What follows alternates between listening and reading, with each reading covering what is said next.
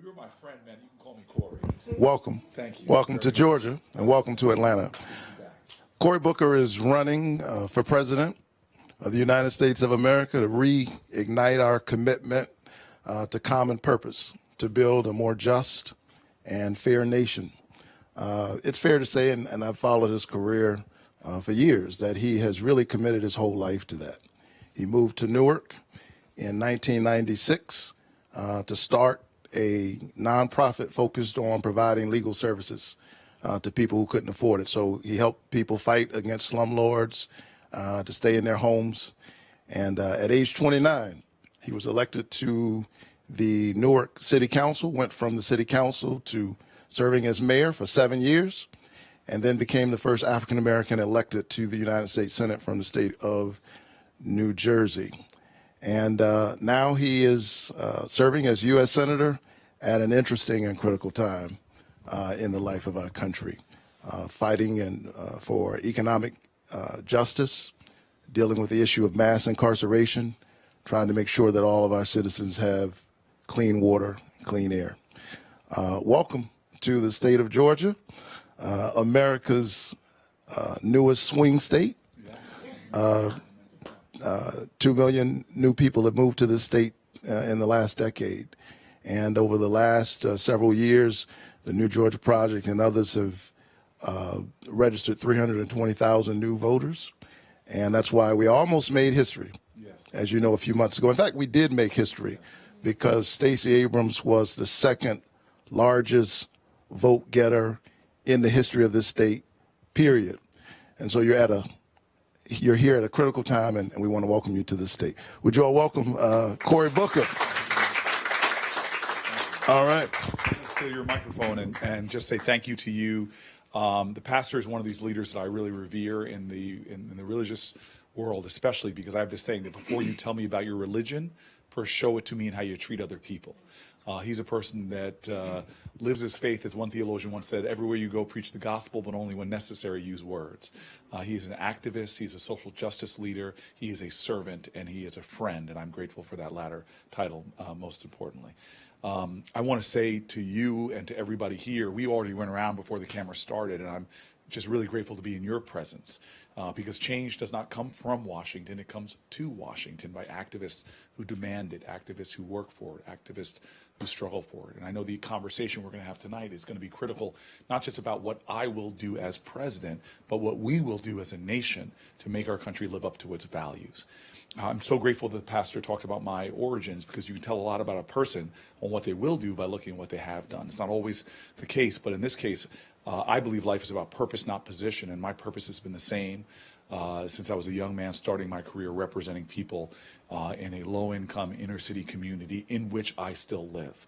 And I live there as the only person running for president right now in a black and brown community that's unfortunately below the poverty line. I still live there because of a commitment I made to the residents who first put their faith in me to elect me to an office, where Miss Virginia Jones, a tenant president, said, boy, we need you to be our city council person for the reasons of the fight, of the larger fight for justice in our city, but don't forget where you came from and who put you in the race.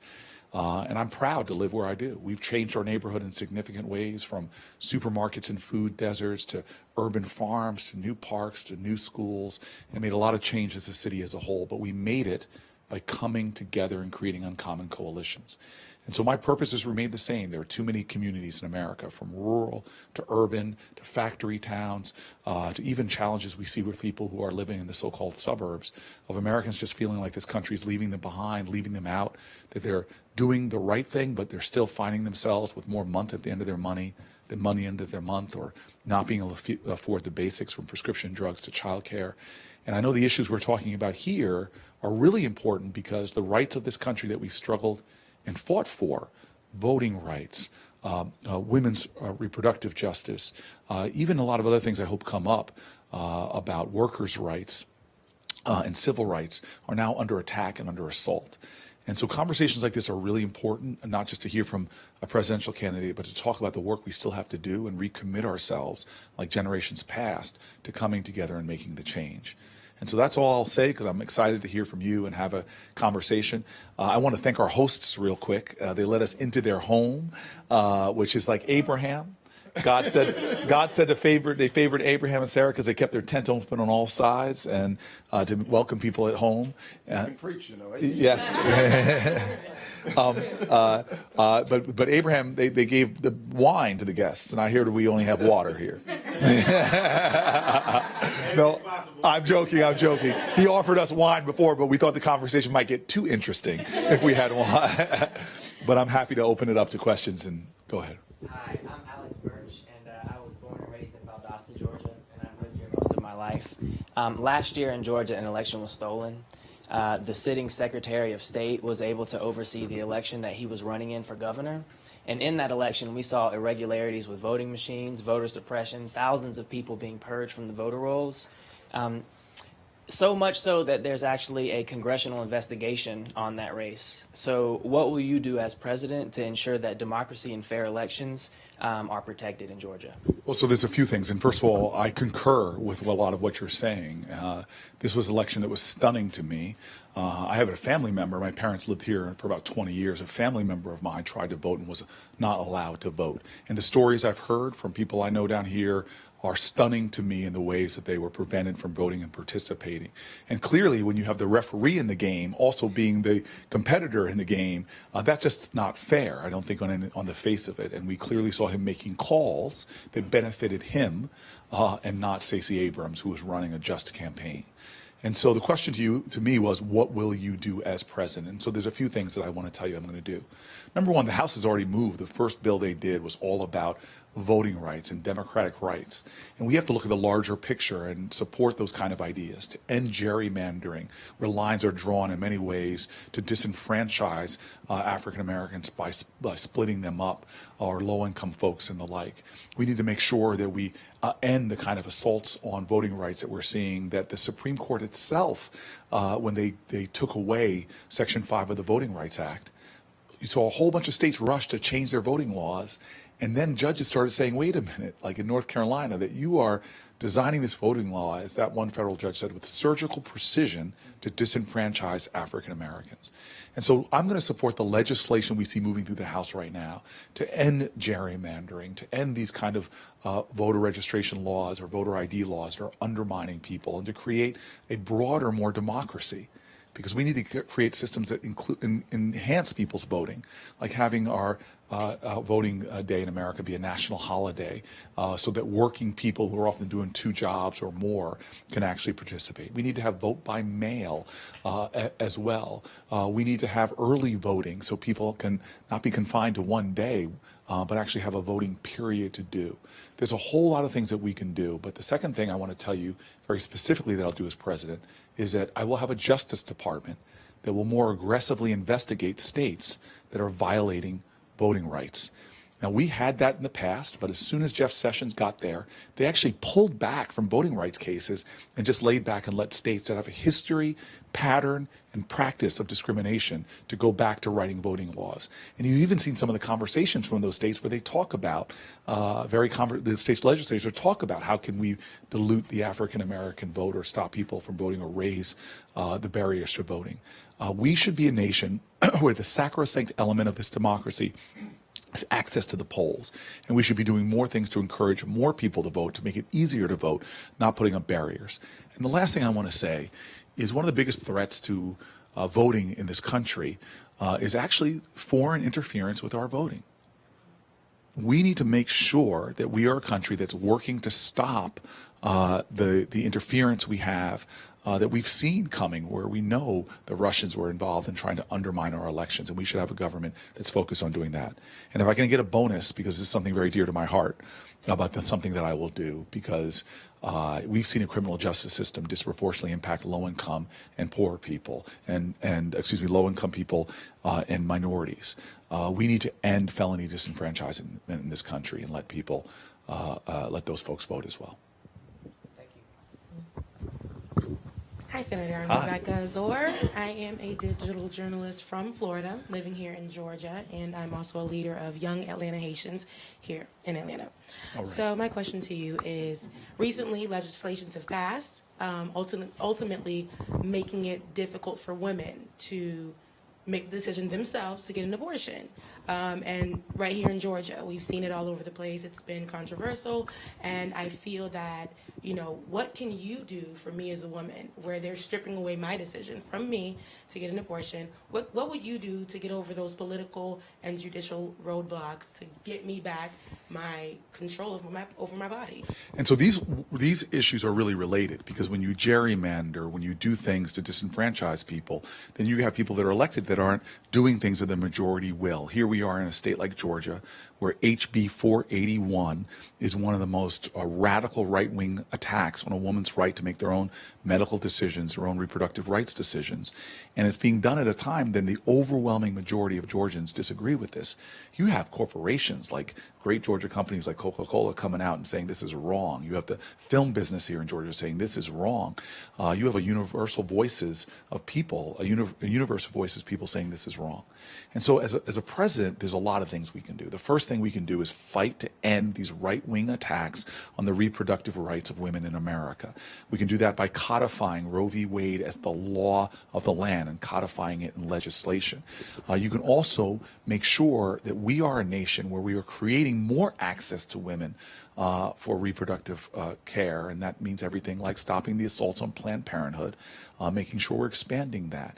It means our Justice Department can do things as well, not only dealing with voting rights, but dealing with the kind of discrimination that often comes in access to critical care. And then the last thing I want to say, which is really, really important, is that we have to make sure, not only legislatively that we're working, not only using other levers that we have, but also in our foreign policy as well. Because you mentioned that you're from, represent the Haitian community here. But we have a whole set of laws that our foreign aid to countries have something called the Global Gag Rule, the Hyde Act, that undermine our ability to empower women globally to have control over their own bodies, to make their own birth control decisions, to make their own reproductive decisions that ultimately affects their economic well-being. We need to make sure our foreign policy is about empowering women, because when you empower women, you empower nations. When you empower nations, you empower the world. And that's the kind of president that I'll be.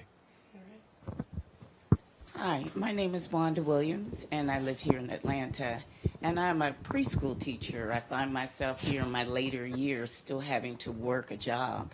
And I do receive hourly wages.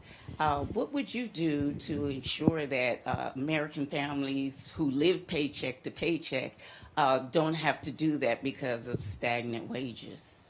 Well, enough of this. We are at a nation that is at an 85-year high in corporate profits and a 60-year low when it comes to wages. We now have about 40% of American workers that are making $15 an hour or less, or majorly economically insecure, where they can't handle a $400 hit to their budgets. They're two flat tires away from having to sell something or be short of making that rent payment or providing basic needs for their families. This has got to stop. We've got to have an economy that works for workers and working people and puts dignity in work, as opposed to what I see in my neighborhood, which I described to you as people working full-time jobs, catching extra shifts, and still have to rely on food stamps or housing subsidies just to try to get by. Still can't meet the basic needs of their for rent. In fact, there is no county in America, not one county in America, where somebody working minimum wage can afford a two-bedroom apartment. And so this idea that our minimum wage is now gone from my father's generation, where you can live on a minimum wage above the poverty line, and that minimum wage not keeping up, the first thing I'm going to do as your president is raise that minimum wage to $15 an hour. But we're not stopping there. Work has got to pay more. And we've seen this last 20 years, our national treasure go to two very big things. One, wars overseas we shouldn't have been in, and tax cuts for the wealthiest Americans. This Trump tax bill right now shifted a lot of our wealth, blew trillion-dollar budget deficits as they put more hands in the pockets of the wealthy, with the theory that somehow that was going to trickle down and help people who are working as you. Well, those kind of bank shots just don't work. We need to be having a tax code that reflects our priorities. And that's why I propose something called the RISE credit. It takes the earned income tax credit and says, you know what we need to do is massively expand that. So if you're a working American and you're making $54,000 or less, or a couple making $90,000 or less, you can get a much bigger EITC back, upwards of about $8,000. So if you're a person making $20,000 a year, now you get another $4,000 back. That's a big difference. In fact, my proposal would take 154 million people and raise their wages, more than half of American workers, and it would take about 15 million people out of poverty. So those two ideas alone go a long way, but I go further than that. The idea of work has changed dramatically, and we need to start honoring all types of work and all types of workers. Right now, young people, if you're 18 to your mid-20s, you don't qualify for the Earned Income Tax Credit. Now, how many of us know people that are young folks who are working really hard or trying to work and go to school? They deserve to have an EITC qualification as well, so they qualify for my RISE credit. But even older folks, many of us know people that are over 65 that still work because their meager Social Security checks don't go far enough. So I have a plan to increase Social Security payments for the people who are below the poverty line and receiving Social Security checks, because every American who's worked should be able to retire with dignity and security. But I also say that you should qualify the EITC as well, the new RISE credit. And the last thing I want to say about this new RISE credit is it honors the kind of work that doesn't get the honor and the dignity and the due that it should in America. And these are people that are home working because they're taking care of a spouse with dementia or a family person who's disabled. They were working hard every day as caregivers, but they can't claim a tax credit for the government for their work they're doing. And by the way, if they weren't there, that family member might fall into public care and cost taxpayers even more. We should honor all types of work, and those folks who are working at home, taking care of a family member that's disabled or struggling with a disability, those folks will get the credit as well. These are simple things we can do that we can pay for. We've seen them, again, blow $1 trillion holes in our budget for the wealthy tax cuts. We can actually reinvest in direct tax benefits, workers' credits to people who are working in the economy. And by the way, that grows the economy.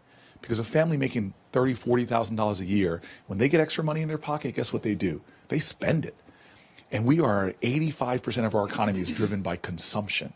So rich people who get richer have bigger bank accounts. That doesn't drive our economy. When you give working people more money, they use that money to support their families and put it into our economy, which actually creates more jobs and more opportunities.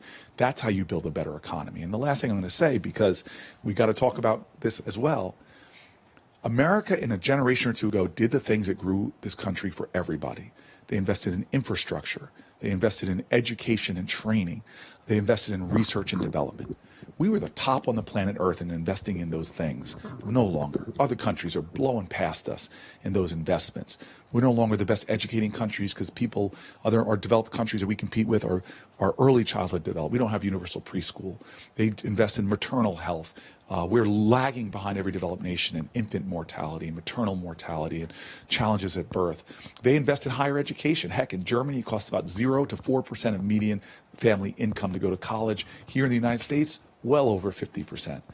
On the things that actually grow the middle class, grow worker wealth, we've stopped investing in those things and let other countries catch us and in many cases pass us. I'm a competitor. I used to be a Stanford football player, high school All-American. The older I get, the better I was.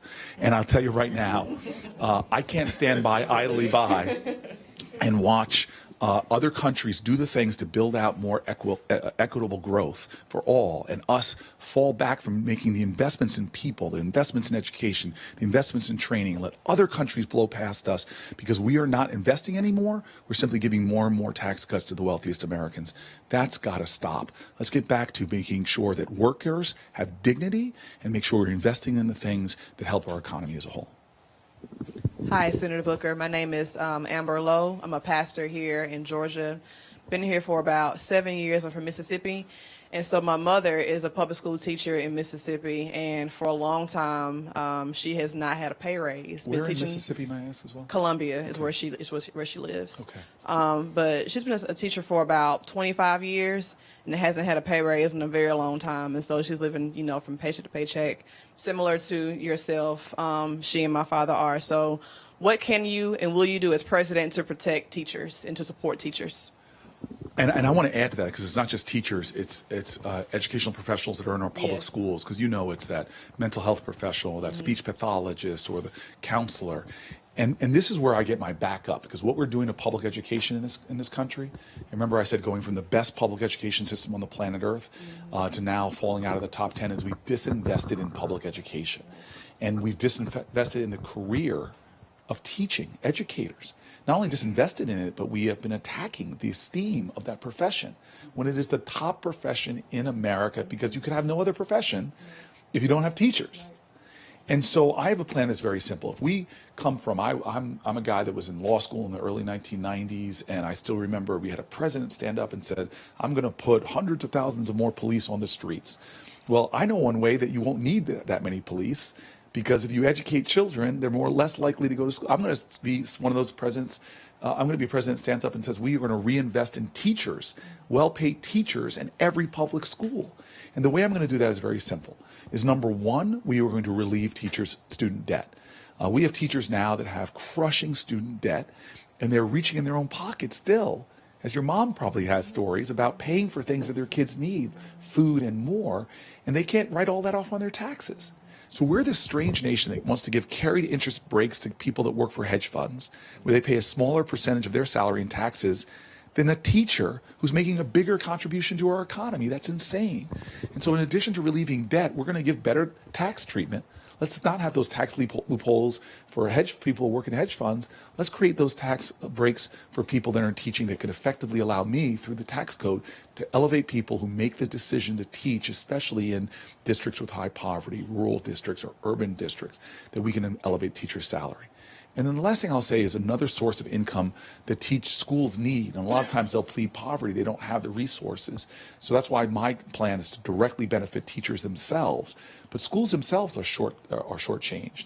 And one of the reasons why they're most shortchanged is because we are a nation that's not fulfilling its commitment to educational equity in terms of special needs education.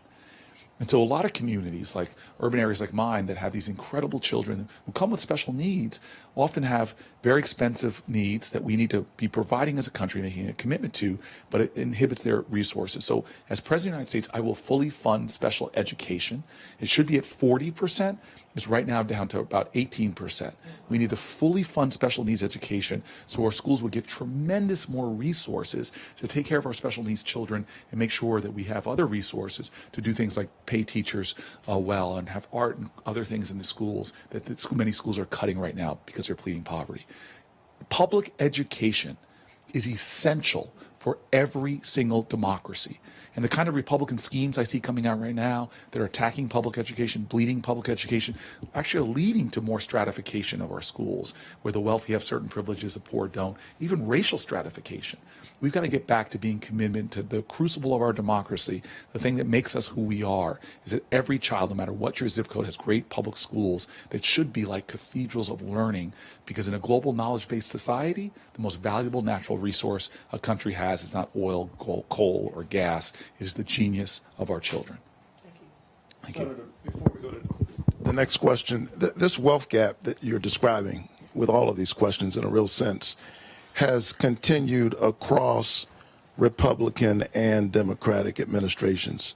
The gap between the haves and the have-nots, the fact that hedge fund managers get these tax cuts while teachers are suffering. We've seen this across Democratic and Republican administrations, and it speaks, does it not, to the power of money in politics.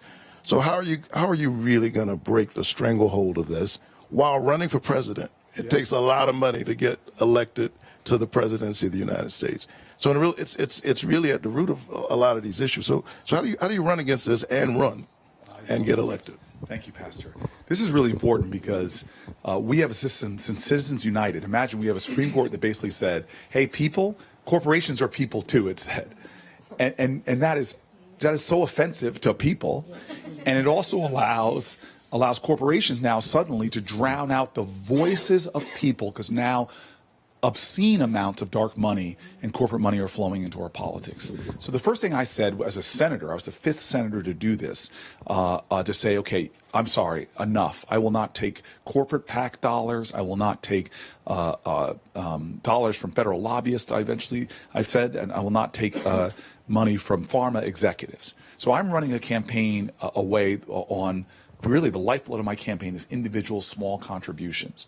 And I will not take those pharma exec contributions. I will not take those corporate PAC or federal lobbyist dollars, because I now running for president don't believe you can run wrong and then campaign wrong and think you're going to govern right. And then as the president of the United States, I'm taking on Citizens United. It is one of the most corrupting forces we have, and I'm going to fight to make sure we pass congressional legislation that I will sign into law that creates a clean political system that does not allow these dollars to come in anymore. Because I see it in Washington. There are no lobbyists for, there are a few lobbyists for low-income families coming down, or for inner city kids, or for people with criminal convictions that get caught up in this drug war, which is a war on people, not a war on drugs, and war not on all people, but a war on low-income people. We need to make sure we balance this out and the voice of people are elevated again, and politicians pay attention to the people that they're sworn oath to serve, and not the folks that are coming in that are spending hundreds of millions of dollars, billions of dollars in lobbying dollars to try to change our tax code to benefit folks. And that's why we just had tax day. I'm sure everybody here was struggling to get your taxes done. But then I see the report of the dozens of companies in America, major corporations, who paid $0 in taxes, had a zero tax obligation, because they've won through their lobbying all the kind of tax loopholes. But struggling families are paying a lot of their income in taxes. That's just simply not fair. So we need to end Citizens United. We need to get money out of politics and return to a system that works on the people's interests and not the wealthy, on the lobbyists and the corporate interests. Hello, my name is Yemi. I live in Atlanta, Georgia, and I'm an organizer with the New Georgia Project, and I focus on child care initiatives. So I have to read my question. I'm not as brilliant as the rest. I have a feeling you're pretty darn brilliant. Okay. Early education is foundational for young children and is often forgotten in broader educational conversations. I'm often saddened that low-income Black and brown families are denied access to high-quality programs because of their inability to pay. Many of these bright young children end up in programs that do not prepare them, and they end up starting school behind. What is your plan to fix the inequities in the early education system, and how will you make it better for children, families, and the workers? So I want to start on telling you that this is one of the things that frustrates me the most, that we're the only nation, the industrial nation, that doesn't have universal preschool. And even our child care workers, we don't pay them for the values that they're making. And this is going to be a decision we have to make, because I've seen the studies that show that dollars invested in these things produce multiple of results in terms of the growth of our economy, because the productivity of children go way up. Their careers become so much more successful if they are given the solid foundation to stand on. And so this is something I want you to take from the time of pregnancy to the time of birth first, that we have a nation that does not invest in children during the times that their brains are developing. And this means making sure parents have access to prenatal care. And it's not like we're seeing for many women in America that it's often done in the emergency room. That's why a state like this, we all should be outraged. And this is why I thought Stacey Abrams was so right, that we haven't even expanded Medicaid in here, which is taking more resources away from not only women who are going towards pregnancy, but it shortens the amount of time that they can get postpartum services, which actually elevates maternal mortality in this state. You're the lowest state for maternal mortality. And Black women is 3 to 4 times higher than white women in this state. And so here we are leading the developed nation in infant mortality and stillbirths because we're not making those investments. If we made those investments, we would have more healthy babies born, brain development, and even the practices we see for pregnant women are lifted and improved. I've done a lot of work on this area, everything from making women have more access to doulas. If you know a lot about this, is right now more well-off women have access to doulas. We should make sure that the most precious resource we have as a country, the genius of our children, that pregnant women have all the access to the care, need, support they have to have healthy babies. And then we should start right away. Access to affordable childcare and childcare workers that get paid for the contributions they're making. That goes right into universal preschool, which is another thing that I will be making sure we have in the United States of America, which is the bottom line if you're going to compete globally against the most powerful economies that are competing with us every single day. Because every kindergarten teacher I know will tell you about how kids show up unprepared to learn. And we've got to end that and make sure that that area of brain development, where 80% of the brain development happens before kindergarten, that we're supporting our kids all the way there. And honoring the people that do this work, the fact that we are a nation that makes childcare workers be some of the lowest paid workers that we have. You know, words are great. I always say this, Pastor, before you tell me about your religion, first show it to me and how you treat other people. Well, if we are a nation that says we support children, then we need to support those people who are directly working with our children. Don't give me your words, your empty words. To me, put the money and the investments where your priorities are. And that's what I'm going to do as president. And by the way, this is going to expand our economy, make us more competitive globally. It's going to have us have more geniuses in the world, because geniuses aren't just born in the highest income areas of our country. Genius is equally distributed. But we are losing the genius of so many children because they're not getting the basic resources, the fertile soil they need to grow and blossom. As President of the United States, I'm going to make sure that happens. Thank you. Thank you. Good evening, Senator Booker. I'm sorry. Good evening. It's good to have you here. It My is name good is to be here. Pamela Wynn. I'm a Grady baby, born, raised, All and right. live here in Atlanta. All right. I was about to say, you have to talk a little bit slower for us people from Jersey. Even though my parents live here, she said a Grady baby. I'm Yes. like, which Grady? Are we talking about, what was that show with Sanford and Son? Wasn't there a Grady on there? What's that? Not his friend Grady. That's from Grady. I said, whoa, Grady was productive. It's Grady Memorial Hospital. Which Grady is Memorial Hospital. Yes. Thank you very much. Yeah, my main parents would be hospital here in embarrassed right now Atlanta. being 20-year Atlantans, but thank you for translating for this Jersey boy. No problem. First, I want to say that I'm a formerly incarcerated woman. I served a 78-month federal sentence in which I was pregnant, I was shackled, I was failed, miscarried my baby, didn't receive any medical care. And I want to start by thanking you because about a year ago, you introduced the Dignity Act for incarcerated women as a man, which floored me, and I had a lot of admiration for that. I started a petition to advocate for the passing of that federal bill, and I was privileged enough that you came on my petition and placed a comment there and invited me to DC to sit at the round table with you to advocate these issues. In that past year, although we didn't get far with your bill, we were able to put the language in the First Step Act, Yes. which just passed. And I advocated here and led the campaign for HB 345, which passed here in Georgia to stop shackling and solitary confinement of pregnant incarcerated women. So I want to thank you for that because I you want to helped. thank you.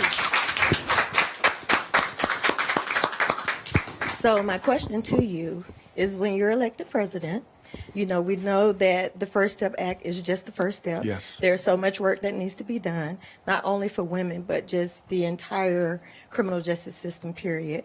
Could you talk about some of the things that you see in your vision to make things better, to end what they call mass incarceration, what I call slavery under the Amendment 13? First of all, I can't thank you enough for your heroism. Turning your wounds into work, turning your pain into purpose, turning your, justifiable anger into justice actions. You are somebody who is heroic in helping get done what you've done. And I just want to put a point on what's happening in our country because most Americans aren't aware. Right. And I want to confess to you the reason why I got to the Dignity Act a couple of years ago was because I've spent my whole life visiting, since I was a law student, visiting prisons, but I didn't realize I was mostly visiting male prisons. Mm-hmm. And I started having women who were formerly incarcerated challenge me and saying, you never talk about the unique challenges of women. And I started getting educated by formerly incarcerated women about what was going on. And the more I learned, the more stunned I was. I went to a lockup in a federal prison up in Danbury, Connecticut, and thought I was going to get a tour of the whole facility, but I stopped in the cafeteria area and ended up just sitting down and talking to women, listening to their stories. Women who had to make their own tampons because they weren't being provided and there wasn't menstrual equity. About women who were telling me they had 3 children that now that they weren't there, separated into multiple different homes, and then they didn't have enough time or money to make the kind of phone calls that all the social science will tell you. Strengthening the bonds between an incarcerated woman and her children helps to not only lower their recidivism rates, but elevate the success of their children. But we had no sense we were placing women far away from their children that eroded those bonds between a mother and their children. Right. There are so many issues which I can go on that were so offensive to me. That's why I wrote the Dignity Act. And maybe one of the hardest things I saw, I walked into one prison and asked the warden, female prison, how many women here are survivors of sexual trauma? And this tough warden stopped and looked at me and said, I think about 90% of my women. Right. Because of over 80% of the women we incarcerate in America are survivors of sexual trauma. And for those of you who think this problem is going away, women are the fastest growing population in our prisons. Now, we have a nation that's only 4% of the globe's population, 4 to 5%, but 1 out of every 3 incarcerated women on the planet Earth are here in the United States of America. And yes, we put them in solitary confinement. We shackle them. We take women who've been traumatized by sexual assault and put them in environments where guards have no training in dealing with sexual assault. And view us when we're in delivery, in our most intimate, private moments. In delivery, in the bathrooms. Which is very dehumanizing. It is very dehumanizing and re-traumatizing. Yes. And so I was so upset about this. I went to work on a bill. I pulled in my friend and another presidential candidate, Elizabeth Warren, and we wrote the Dignity Act. And I'm so proud, not just that parts of it are in the First Step Act, but that we actually have multiple states that picked up our bill and introduced it. All of them. Yes, and many of them have passed it. And so I want you to know that of all the issues that I was known for in New Jersey running for Senate was criminal justice reform. And if I am your president, as the person who led on the Democratic side with Dick Durbin to get the First Step Act passed, the only piece of major bipartisan legislation under this president, I'm proud to have been one of the leaders and authors of that bill. As your president, I'm going to keep going because this system we have right now, that we proclaim to be the land of the free, but we are the incarceration nation, where we are wasting our national treasury on hundreds of billions of dollars building new prisons and jails. We were doing one every 10 days between the time I was in law school and mayor of the city of Newark. Is unholy. It is shameful. It is hurting our economy. It is hurting our people. Because you know the majority of those crimes are nonviolent drug offenses. Yes. And we know in this country there's no difference between blacks and whites for drug use or drug selling. But if you're African American, you're almost 4 times more likely to be incarcerated for those things. So I will continue my work to end mass incarceration, or as you call it, tantamount to slavery. And I will make sure that we are a nation that gets rid of these mandatory minimums that are unnecessary, puts judges and juries back in charge of our criminal justice system, not legislators who are hammering the ties of judges. That we will make sure that we have treatment in prisons that do not violate human rights, like shackling pregnant women and putting children in solitary confinement. I'll make sure that people coming home actually get the resources they need, drug treatment and mental health care and jobs, so that we don't have this outrageously high recidivism rate. I know what works, evidence-based programs. These are things I'll be working on a lot more. And this is the last thing I want to say that is urgently needed, is awareness. Because most of these things that go on, most Americans don't know about it, and they wouldn't tolerate. So you'll be having directly impacted people helping you with those things, right? I will. You're not playing, because you have been a help to me. When I was mayor of the city of Newark, when we designed New Jersey's first Office of Reentry and the work we did, I had men and women who were formerly incarcerated helping me design the policies that work, because they know what works. Again, don't forget what I said at the beginning of my remarks. I still live in an inner city, black and brown, low-income community. Across the street from me is a drug treatment center. I go there and sit there, and I see men and women who've been arrested dozens of times and had their addiction and their mental health treated with jail, prison, jail, prison, jail, prison, costing taxpayers more and more money, while further causing the problems that we say we're trying to address.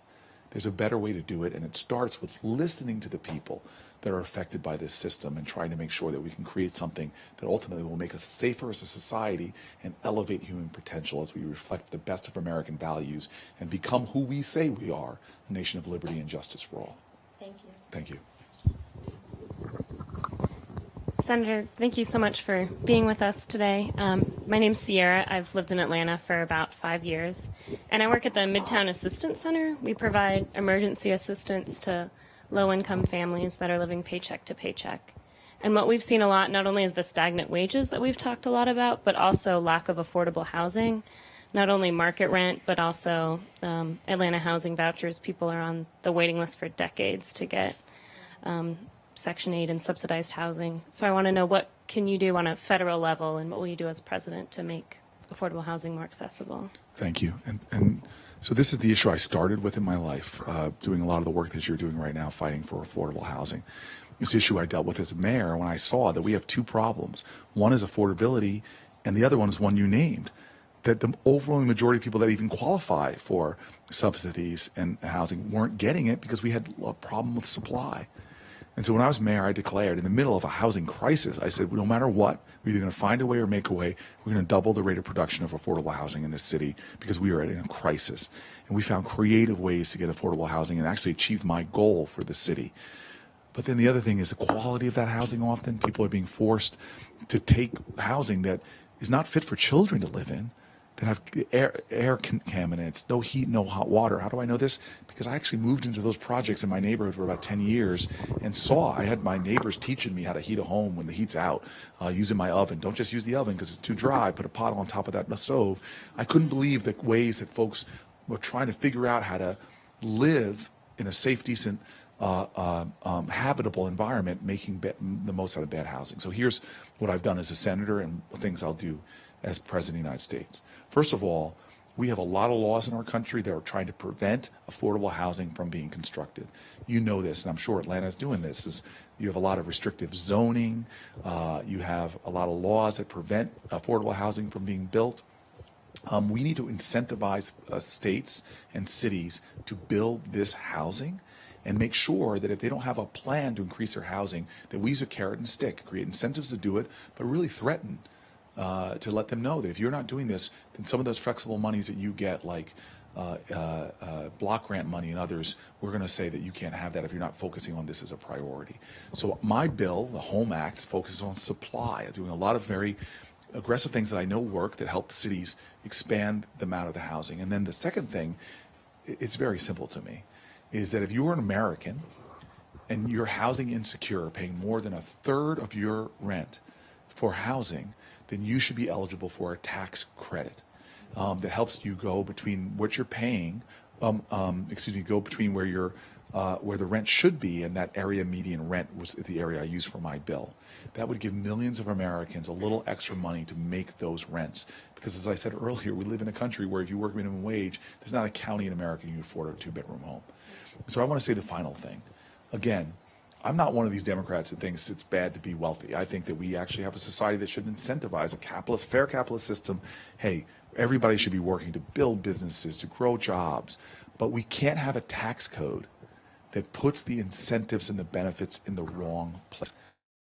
And this is why what our code is doing right now is so damn problematic. Because the first thing I often get when people ask me is, how are you going to pay for these things, Cory? How are you going to pay for these things? And I sit back and I tell people all the things we spend money on, all the tax breaks we give people who don't need it, all the ways we take our national treasury and move it up to the highest levels that allow corporations to have unneeded tax benefits and pay effective tax rates of 0. We actually have things that I support. I don't want to take away the mortgage deduction. But the mortgage deduction is actually used overwhelmingly by people that are the higher ends of our income. So if we're doing things to move breaks for people that are upper middle class or middle class, why not for low income workers as well? I think it's a matter of priorities. This should be a nation where every American should have a right to health care, to a right to a great public education with well-paid teachers. These are basic rights. And one of the greatest things we say is, we're going to be the home of the brave. We sing it in songs. And yet we have a nation where even the bravest amongst us, the homeless rates for our veterans are outrageous. We haven't taken housing policy seriously. And it's about time we create a tax code that actually invests in making sure that from our bravest Americans to Americans that get up every day and do work that it has the kind of dignity that you need, that when you get up and work, you can afford housing. And the last thing I want to say, I meet these people that say they're fiscal conservatives. And I look at them and I scratch my head sometimes because I've been a mayor, one of the people in this race that's actually had to run something. And I wonder, if you are fiscal conservative, do you really do a balance sheet analysis? So let me give you an example. Seattle, one of my favorite housing groups in Seattle, is this group called Plymouth Housing Group. And they just did a simple study. They looked at 20 plus Seattleans who were homeless and mentally ill. And they measured the cost of those folks out in the on the streets versus supportive housing. Now, you and I as housing advocates, that's expensive, right? It's not just a housing, it's also having caseworkers to work on you to help you go from mental illness to get the medication you need. Then actually you can be productive and go off and work. So they just covered what was more expensive for Seattle, leaving mentally ill homeless people on the streets or putting them in supportive housing to take care of them. And you and I both know what happens to mentally ill people on the streets. They become very expensive. Where do they end up? Hospitals and jails, which is ridiculously expensive. So we basically said, a country, we're going to spend so much more money on the back end of problems as opposed to doing the morally right thing that for you fiscal conservatives, so-called fiscal conservatives, is actually the better investment of money in the first place. So my housing plans are not only with working people, that if you're working full-time jobs, catching extra shifts, that these cities that make it too expensive for you to live, that we do the things through our tax code to fix that. My housing plan says cities, you should have a plan, an active plan, to do like I did when I was mayor and create a lot more supply of affordable housing. And then finally, don't cast shade on people who can't work right now because of mental illness and the other challenges. We are going to do the fiscally right thing and the morally right thing to make sure that they too have homes. And if we can do those things, I promise you, we as a society will prosper a lot more and not have the shame that we see where the veterans who've served in our wars are on streets living under bridges, which should be absolutely offensive to every American that enjoys the freedoms and benefits of this nation. Thank you. Senator Booker, my name is Sharon Turner, and I am a returned citizen out of incarceration 25 years ago. So speaking on the housing, as the President of the United States, what would you do about discrimination for housing for people that are involved in the justice system? I recently had been discriminated for affordable subsidized housing as a senior citizen. Now, I've had several homes here in Georgia and apartments with no problems, but recently, since I became a senior citizen, I had, been discriminated. And this was by a private company that the Housing Authority of Atlanta sold the senior properties to. They renovated them. I lived and worked on that property before, working under the guise of the Housing Authority with no issue. So I would like to know, what would you do about discrimination against people involved in the justice system for housing? I'm so grateful for that question. And again, you all are asking questions that are very much in my wheelhouse as a former mayor, former housing activist, and know that this is a pain point for many Americans. And when it comes to housing discrimination, my family faced housing discrimination, and this time it was discrimination on race. My parents had to get a white couple to pose as them through the Fair Housing Society just about the house I grew up in. And so I feel some kind of way when it comes to people being discriminated against. And I don't care what the discrimination, because that group of fair housing activists now, they don't represent black families. In fact, the same woman, she's now 92 years old. She's head of the Fair Housing Council now. She was head of the same woman who was head of the Fair Housing Council in the 1960s. Then she represented black families. Now she represents same-sex couples. Now she represents Americans with disabilities. Now she represents Muslim families. Because discrimination is discrimination. We have this justice system, as Brian Stevenson says, that treats you better if you're rich and guilty than if you're poor and innocent, that is churning people into it. We had more marijuana arrests in 2017 than all the violent crime arrests combined. And that means we have people who serve time in jail who have a felony conviction for doing things that 2 of the last 3 presidents admitted to doing, that Congress people and senators admitted to doing. Because we have a justice system that if you're hanging out at Stanford, smoking marijuana, you're not going to get stopped and frisked on the way home. But in a low-income community or communities of color, you're much likely more to get churned in the system. And then you have a life sentence, not behind bars, but the American Bar Association points out 40,000 collateral consequences that you now face for having a criminal conviction for doing things that presidents and senators and House people have admitted to doing. And so that kind of discrimination to me is so offensive to me, that we are a country that does not believe in redemption. They're going to hold it against you for the rest of your life, discriminate against you, try to get a job, discriminate against you getting a loan from the bank, discriminate against you in 40,000 ways. One of them is housing. And so as President of the United States, enough of that. That should be something that our Justice Department investigates in the same way we do race discrimination or age discrimination. There should be no discrimination against people. Now, I know a lot about this because, again, this is my wheelhouse, and I live in a low-income community.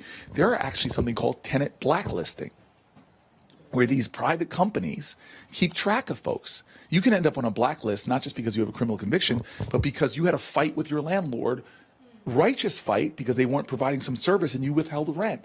Now you're on that tenant blacklist.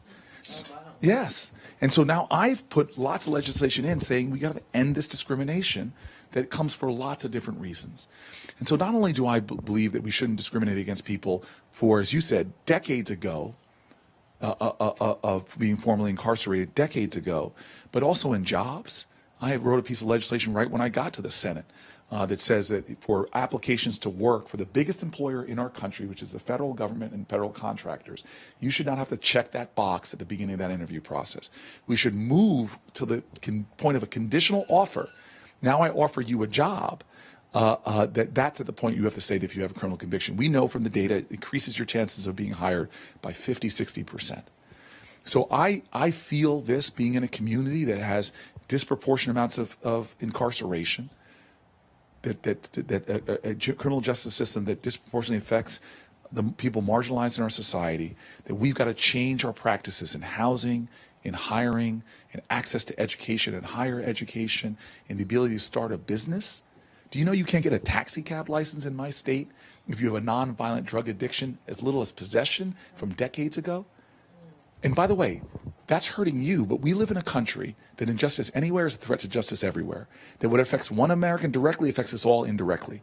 Because if you can't get a loan from a bank to start your business that you have a dream of starting, it actually hurts me and my family because you're not bound to apply your genius to make our economy stronger through what you're doing. So I will end that housing discrimination, and I will make sure that people coming home from prison do not serve life sentences, but that we start doing more things. And I'm sorry to go on, but I got one more thing off my chest. One more thing off my chest. There's a lot of states now moving to legalize marijuana. But what really bothers me is that they move to legalize marijuana and then don't expunge the records of all those people who have been convicted of that crime.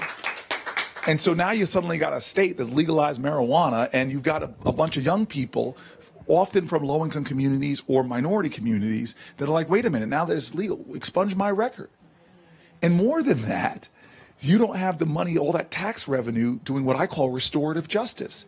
Invest that money back into those communities that were disproportionately targeted by these wars on marijuana, and go to education and training and the kind of things we've been talking about. And then finally, because I know you're an entrepreneurial person because you've done that in the organizing and nonprofit world, why is it that now that it's suddenly legalized, we have all these people rushing into that industry, and they don't look like the folks who often have been targeted by that enforcement?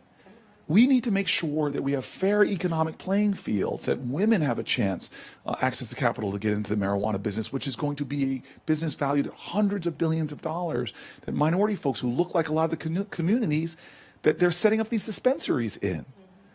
These issues, this is why people ask me this, are you a capitalist? I say, how can we have a society that question's even being asked? I'm a capitalist, but I believe in that democracy and capitalism are like wings to a bird. You need to have both if we're going to take off. And right now, by letting entrepreneurs get access to capital, the VC dollars do not go to African American women. They don't go geographically dispersed in this country. They go to about 3 different major metropolitan areas.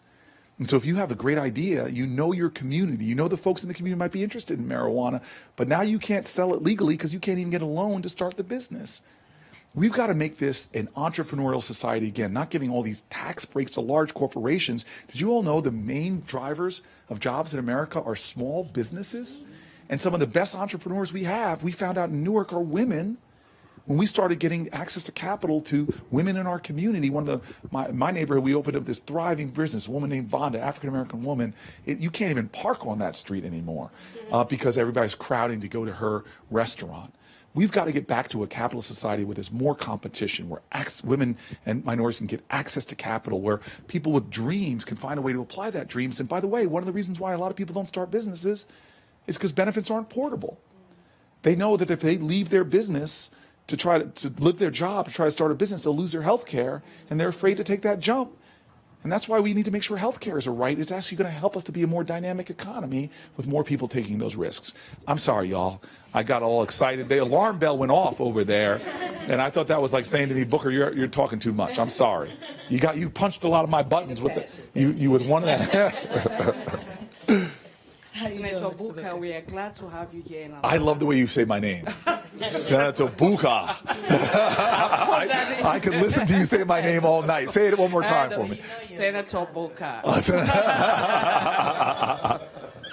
And I'm Dr. Stella Nunga, the organizing director for Reproductive Justice Right with the New Georgia Project. Abortion is health care. Georgia has one of the worst health care system for women. Georgia, we have 159 counties. Out of the 159 counties that we have in Georgia, 96% of those counties do not have any abortion clinic.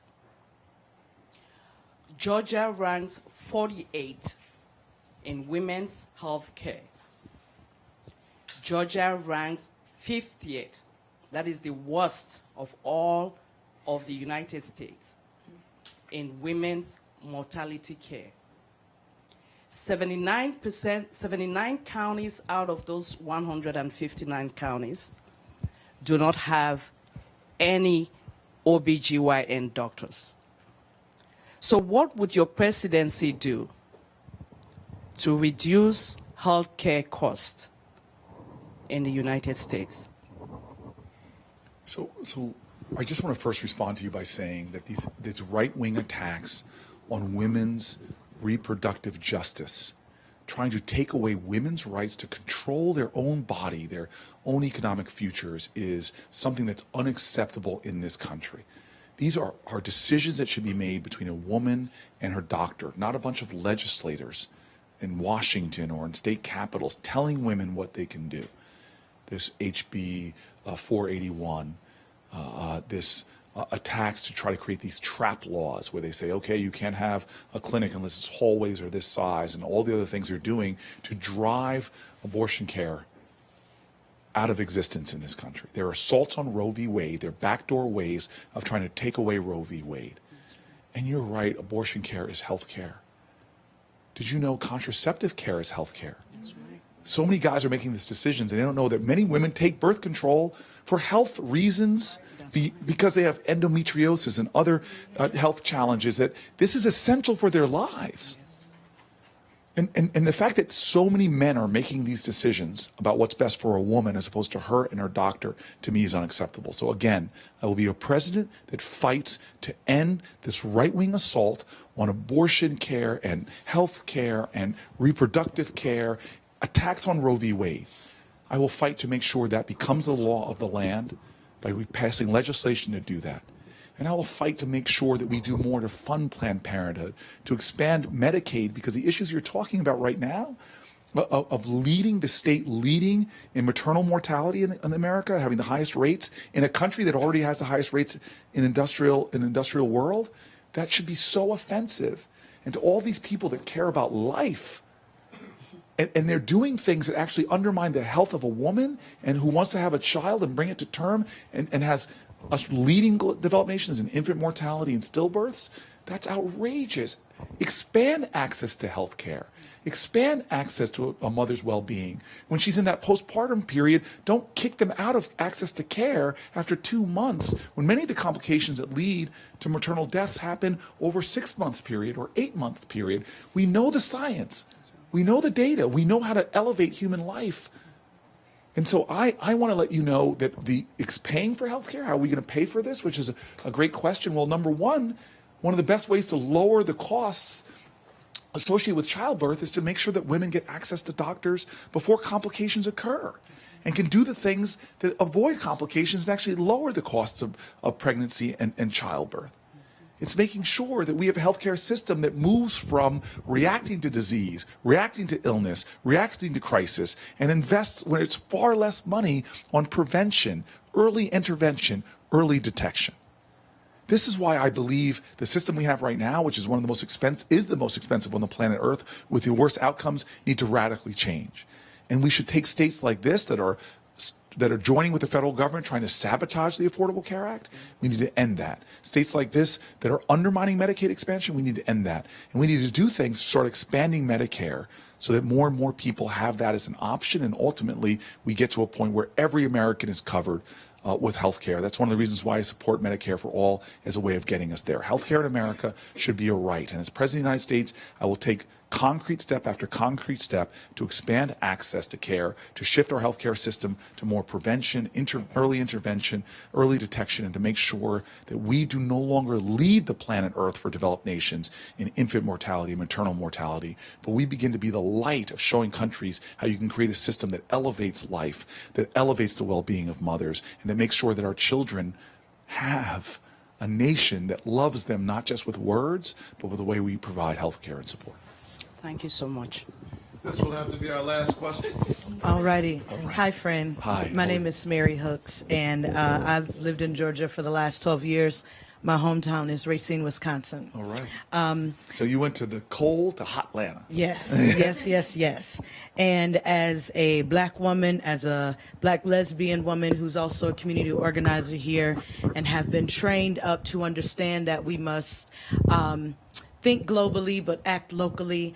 I'm curious about your position as it relates to the many countries that are deeply impacted by U.S. Imperialist, if you will, foreign policy that has caused massive destabilization in such countries as Venezuela, Palestine, Haiti. And so I'm curious about what are your priorities as it relates to foreign policy, and what are your intended impacts on those folks living in those countries. And just a little extra here, and does that include those who are in political exile, who have done righteous work as local community organizers and have been exiled because of their political work, such as Assata Shakur? So I want to answer this question very specifically about our foreign policy in ways that have violated our values. And the best example I'm going to use is Yemen and the incredible horrors that are going on there, from cholera outbreaks and famines and thousands of children dying. And America was fueling the planes, providing the bombing and the resources to conduct that war. And Congress, if you read the Constitution, is supposed to be the ones that are authorizing the use of military force. And here we were engaging in the use of military force in what I think is my clear definition of it, when you're fueling the planes, supplying the bombs, to bomb civilians in ways that are going to create the environment for more instability, for more death, and ultimately, potentially, for more extremism. We have to have a foreign policy that reflects our values, a foreign policy where we are a nation that's not transactional simply, or not, hey, we'll turn the other way as you violate the human rights of people in your own community. And so I believe that we need to have a nation that's foreign policy, as the Secretary of Defense from the Trump administration once said, if you cut diplomacy, you need to buy me more bullets. We need to be investing in human rights overseas. We need to be investing in diplomacy. We need to be investing in strategic aid that helps to deal with world's crises and doesn't contribute to them. And we need to stand with our allies. I'm sometimes shocked that we have a president that seems to get along better with dictators and people who abuse human rights, fails to even bring them up as a principal part of a negotiation. That you have folks who, my sister,